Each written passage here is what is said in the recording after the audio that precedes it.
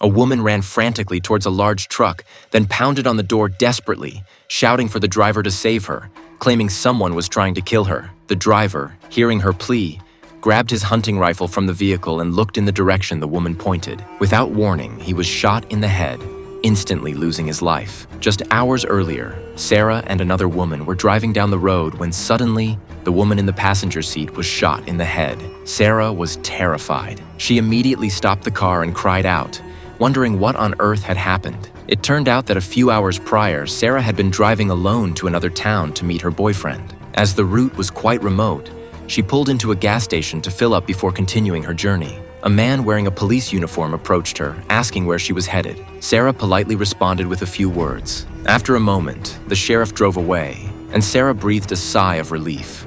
As Sarah continued on her way, she was caught speeding by a police car and had no choice but to pull over. To her surprise, it was the same officer she had encountered at the gas station.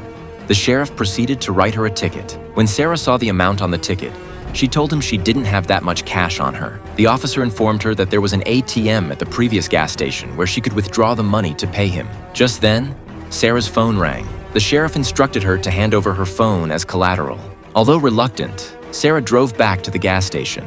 However, the attendant there told her that the ATM had been out of cash for a week. Understanding the situation, Sarah rushed out of the convenience store and sped off. Meanwhile, the sheriff was sitting nearby waiting for Sarah. In a box on his passenger seat, there were numerous phones of various models. The woman was restrained by the sheriff, who claimed to be conducting a routine search as he meticulously frisked her. Just as she thought the ordeal was over and started her car to leave, the sheriff aimed his gun at her. The woman was utterly terrified. Slowly crawling out of the passenger side, she saw the deranged sheriff driving away. She quickly grabbed her backpack from the car and ran along the main road.